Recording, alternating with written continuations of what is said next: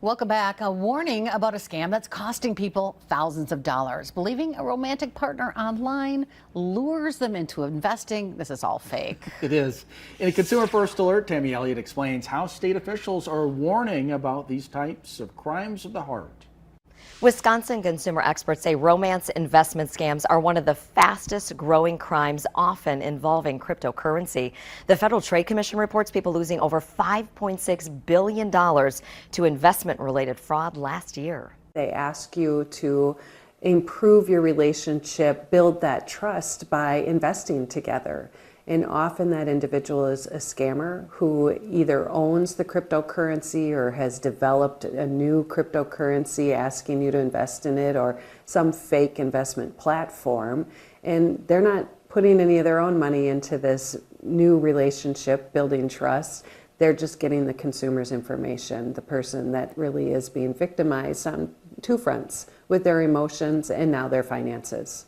These scams, often called pig butchering, build for weeks and months, love bombing you with affection to manipulate and gain your trust. One person explains they lost $400,000, saying it started with a random text message and they started investing in crypto, seeing gains on a fake platform.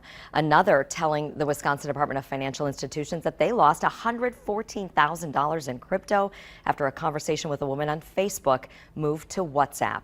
Consumer Protection says if you think you're involved in this scam, stop the interactions and stop investing.